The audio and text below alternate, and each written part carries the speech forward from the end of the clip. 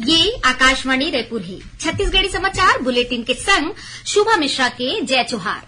जम्मो सुनैया श्रोता मनला नवा बछर के गाड़ा गाड़ा बधाई। अब सुनो आज के प्रमुख समाचार। केंद्र सरकार के हिट एंड रन के संशोधित नवा कानून के विरोध में प्रदेश में बस और ट्रक ड्राइवर मन के हड़ताल शुरू। शासन की हीन की एक कानून लोगन मन के हित बर है। प्रधानमंत्री जनजातीय आदिवासी न्याय महाअभियान पीएम जनमन के तहत राज्य में विशेष पिछड़ी जनजाति ला शिविर के माध्यम ले योजना के लाभ दिलाए के करेगी पहल। और विश्व के संगे संग छत्तीसगढ़ में घलो नवा बछर के उत्साह के संग मनाए जाते। छत्तीसगढ़ के राज्यपाल विश्वभूषण हरिचंदन और मुख्यमंत्री विष्णुदेव साय हा नवा बछर में लोगन मन ला दिन शुभकामना। अब समाचार विस्तार ले। सड़क दुर्घटना में होवैया मौत की संख्या में कमी लाए और घायल मन ला अच्छा इलाज उपलब्ध कराए के उद्देश्य ले केंद्र सरकार डहाल ले लाए गए हिट एंड रन के संशोधित नवा कानून के विरोध में आज ले प्रदेश में बस और ट्रक ड्राइवर मन हा हड़ताल शुरू कर दे है। जेकर कारण कतकोन जिला मन में यात्री बस और ट्रक के पहिया थमे रहिस, जेकर ले लोगन परेशान रहिस। 3 दिन के ए हड़ताल की पहली दिन आज प्रदेश के सब्बो जगह में आए जाए के व्यवस्था ढप रहिस। एला देखत हुए बिलासपुर जिला कलेक्टर अवनीश शरण और जिला पुलिस अधीक्षक संतोष सिंह के निर्देश में आज बिलासागुड़ी परिसर में ट्रक एसोसिएशन के पदाधिकारी मन के बैठका लेगिस। बैठका में अधिकारी मन हा स्पष्ट करीन कि केंद्र सरकार के ए नया कानून ला लेके अफवाह फैलाए जावत है कि कानून में संशोधन केवल ट्रक या बस चालक बर है, जबकि ए नियम सब्बो प्रकार के गाड़ी और मोटरसाइकिल चालक बर घलो लागू होई ही। ओमन हा स्पष्ट करीन कि दुर्घटना करे के बाद यदि कोई भाग जावत है त ए प्रावधान लागू करे जाही। फिर यदि दुर्घटना के बाद गाड़ी चालक एकर सूचना पुलिस ला दे या घायल ला अस्पताल पहुंचाही त ए प्रावधान लागू नहीं होही। ओमन कहीन की ए कानून के संशोधन के उद्देश्य दुर्घटना में घायल मन के जान बचाना और सड़क हादसा में होवैया मौत की संख्या कम करना है। ओमन हा गाड़ी चालक मन ले निवेदन करीन कि ओमन सोशल मीडिया में फैलाए जावत अफवाह पर ध्यान ना दे और कोनो तरह के बंद या चक्का जाम में हिस्सा ना ले। उहे हड़ताल के कारण रायपुर, बिलासपुर, दुर्ग, सरगुजा, जगदलपुर के संग आने जिला मन में बस स्टैंड ले बस नहीं निकलिस। उहे हाईवे ऊपर सड़क के किनारे ट्रक चालक मन हा अपन गाड़ी खड़ा कर दे है, जेकर चलत सड़क के दोनों तरफ ट्रक के लंबा कतार देखेला मिलिस। एकर चलत कतकोन पेट्रोल पंप में पेट्रोल और डीजल गाड़ी नहीं पहुंच सकिस, जेकर ले पेट्रोल पंप में भीड़ बढ़ गिस। जानवा के मुताबिक देश में हिट एंड रन कानून के तहत सड़क दुर्घटनाओं पर बस और ट्रक चालक पर 10 साल के सजा और 7 लाख रुपया जुर्माना के प्रावधान करेगे है। प्रधानमंत्री जनजातीय आदिवासी न्याय महाअभियान पीएम जनमन के तहत राज्य में विशेष पिछड़ी जनजाति ला शिविर के माध्यम ले योजना के लाभ दिलाए के पहल करेगे है। पोषण चौपाल और शिविर के माध्यम ले लोगन मन के घर तक पहुंच के ओमन ला जागरूक करे के प्रयास करे जाथे।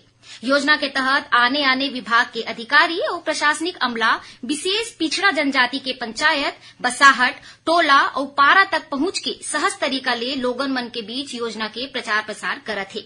योजना बर पात्र लोगन के पहचान करके मिशन मोड में कार्य योजना बना के काम करे जाथे। यही कड़ी में महासमुंद विकास खंड के झाल खमरिया गांव में रहवैया कमार परिवार के घर जाके उखड़ जानकारी जुटाए जावत है। यही नहीं, विशेष पिछड़े जनजाति ला वीडियो संदेश के माध्यम ले घलो जागरूक करे जाथे और ओमन ला जनमन कार्ड घलो उपलब्ध कराए जाथे। योजना के तहत आने विभाग के समन्वयक ले पेयजल, आवास, सड़क, मोबाइल मेडिकल यूनिट, छात्रावास निर्माण, आंगनबाड़ी केंद्र के माध्यम ले पोषण, वन धन केंद्र के स्थापना और आयुष्मान कार्ड बनाए जैसन सुविधा लोगन मन ला दे जावत है। जांजगीर चांपा जिला में पामगढ़ जनपद पंचायत के अध्यक्ष राजकुमार पटेल के खिलाफ लाए गए अविश्वास प्रस्ताव पारित हो गए हैं। ए अविश्वास प्रस्ताव के पक्ष में 17 जनपद सदस्य मन हा मतदान करीन। उन्हें 3 सदस्य मन हा प्रस्ताव के विपक्ष में मतदान करीन। काली 2 जनवरी के जनपद उपाध्यक्ष के खिलाफ अविश्वास प्रस्ताव पर मतदान होही। छत्तीसगढ़ी समाचार बुलेटिन आप मन आकाशवाणी रायपुर ले सुनत हो। छत्तीसगढ़ के खबर ले है आपकी वास्ता और खबर के विश्वसनीयता ले है हमार वास्ता। आकाशवाणी समाचार रायपुर के प्रादेशिक समाचार बुलेटिन के संगे संग हमार समसामयिक कार्यक्रम आप रेडियो के संग अपन मोबाइल में घलो सुन सकत हो। आकाशवाणी समाचार फेसबुक, ट्विटर और यूट्यूब में घलो हावय। हमार फेसबुक पेज हरे Chhattisgarh news on AIR, Twitter handle CGAIR news और हमार यूट्यूब चैनल हरे छत्तीसगढ़ AIR न्यूज। तो अब रेडियो के संगे संग आपके मोबाइल के माध्यम ले हम आप तक पहुंचत हन। छत्तीसगढ़ के हर खबर पर सुनत रहो आकाशवाणी समाचार। अब आगू बाढ़बो बाँचे समाचार कोती। स्वास्थ्य और परिवार कल्याण मंत्री श्याम बिहारी जायसवाल हार राज्य के सबो शासकीय अस्पताल मन में गुणवत्तापूर्ण स्वास्थ्य सेवा उपलब्ध कराए के निर्देश दे हे। श्री जायसवाल हा अधिकारी मन ले किहिन कि ओमन शासकीय अस्पताल के निरीक्षण करे, ओमन हा नर्सिंग होम एक्ट ला और अच्छा तरीका ले लागू करे बर किहिन। स्वास्थ्य मंत्री हा डॉक्टर मन के लिखे बिना दर्द निवारक दवा के बिक्री ऊपर घलो सख्ती ले कार्यवाही करे के निर्देश दे हे। स्वास्थ्य और परिवार कल्याण मंत्री श्याम बिहारी जायसवाल हा आज नवा रायपुर स्थित मंत्रालय में पूजा अर्चना के बाद कार्यभार अपनाइन, जेकर बाद स्वास्थ्य मंत्री हा विभागीय गतिविधि के समीक्षा करी नौ अधिकारी मन ला जरूरी निर्देश दीन।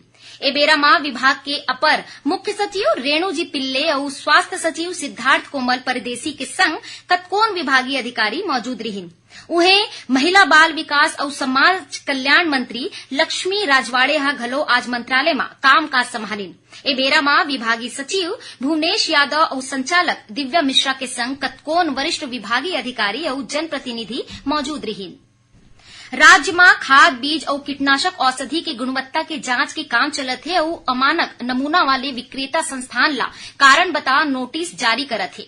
कृषि विभाग डहर ले चालू रबी सीजन में किसान मन ला देने वाला रासायनिक उर्वरक, बीज और कीटनाशक औषधि के गुणवत्ता ऊपर विशेष निगरानी रखे जाते। अधिकारी अपन अपन इलाका में खाद बीज विक्रेता संस्थान ले रासायनिक उर्वरक, बीज और कीटनाशक औषधि के नमूना लेवत है। अब तक जांच पड़ताल में बीज के 37 नमूना, रासायनिक उर्वरक के 3 और पौध संरक्षण औषधि के 18 नमूना अमानक पाए गए हैं, जेमा विक्रय ऊपर तुरते प्रभाव ले प्रतिबंध लगा दे गए हैं। यही भी चालू रबी सीजन में राज्य के किसान मन ला सरकारी समिति और निजी क्षेत्र के माध्यम ले प्रमाणिक बीज उपलब्ध कराए जाते। अब तक किसान मन ला आने रबी फसल के 1,63,000 कुंटल ले ज्यादा प्रमाणिक बीज दे जा चुके हैं, जेन ए बछर के वितरण लक्ष्य के करीब 50% है। विकसित भारत के परिकल्पना ला साकार करे और आखिरी मनके तक योजना के लाभ पहुंचाए के उद्देश्य ले छत्तीसगढ़ में घलो विकसित भारत संकल्प यात्रा निकाले जावत है। इस यात्रा के तहत मोबाइल वैन आज राजनांदगांव जिला के छुरिया विकासखंड स्थित रंगी टोला गांव पहुंचीस। ए मोबाइल वैन के लोगन मन स्वागत करीन। ए मौका में प्रधानमंत्री के संदेश ला घलो पड़ेगी और चलचित्र के माध्यम ले विकसित भारत के उद्देश्य के जानकारी देगिस। कार्यक्रम के मुख्य अतिथि सांसद संतोष पांडेय कहीन के विकसित भारत संकल्प यात्रा के माध्यम ले ग्रामीण मन ला केंद्र सरकार के जन कल्याणकारी योजना के जानकारी दे जावत है और ओमन ला लाभ घलो दे जावत है। विश्व के संगे संग छत्तीसगढ़ में घलो नवा बछर उत्साह के संग मनाए जावत है। लोगन मन हा बछर 2024 के स्वागत पूरा जोश और खुशी के संग करीन। काली रतिया 12 बजे थी लोगन मन हा एक दूसर ला बधाई देके नवा बछर के खुशी मनाइन। नवा बछर के पहली दिन आज बिहनिया ले मंदिर मन में श्रद्धालु मन के भीड़ देखे जावत है। राष्ट्रपति द्रौपदी मुर्मू, उपराष्ट्रपति जगदीप धनखड़, प्रधानमंत्री नरेंद्र मोदी, छत्तीसगढ़ के राज्यपाल विश्वभूषण हरिचंदन और मुख्यमंत्री विष्णुदेव साय हा नवा बछर में लोगन मन ला शुभकामना दिन। इसी बीच राज्यपाल विश्वभूषण हरिचंदन ला राजभवन में आने विश्वविद्यालय मन के कुलपति मन हा नवा बछर के शुभकामना दिन। इंदिरा गांधी कृषि विश्वविद्यालय रायपुर के कुलपति डॉक्टर गिरीश चंदेल, रविशंकर विश्वविद्यालय रायपुर के कुलपति प्रोफेसर सच्चिदानंद शुक्ल और महात्मा गांधी उद्यानिकी और वानिकी विश्वविद्यालय पाटन के कुलपति डॉक्टर रमाशंकर कुरीलहा राज्यपाल ले भेंट करीन। सक्ती जिला के बाराद्वार थाना क्षेत्र में हुए सड़क हादसा में उप सरपंच के संग 2 लोगन के मौत हो गए और संगे संग 4 आने लोगन मन घायल हो गए। जानवा के मुताबिक एक कार में 6 लोगन सवार होके बाराद्वार ले लहुटत रहीन। इही दौरान तेज रफ्तार कार अनियंत्रित होके धनेली भाटा गांव में एक मकान के दीवार ले टकरा गई। आखिर में प्रमुख समाचार एक घाव फेर।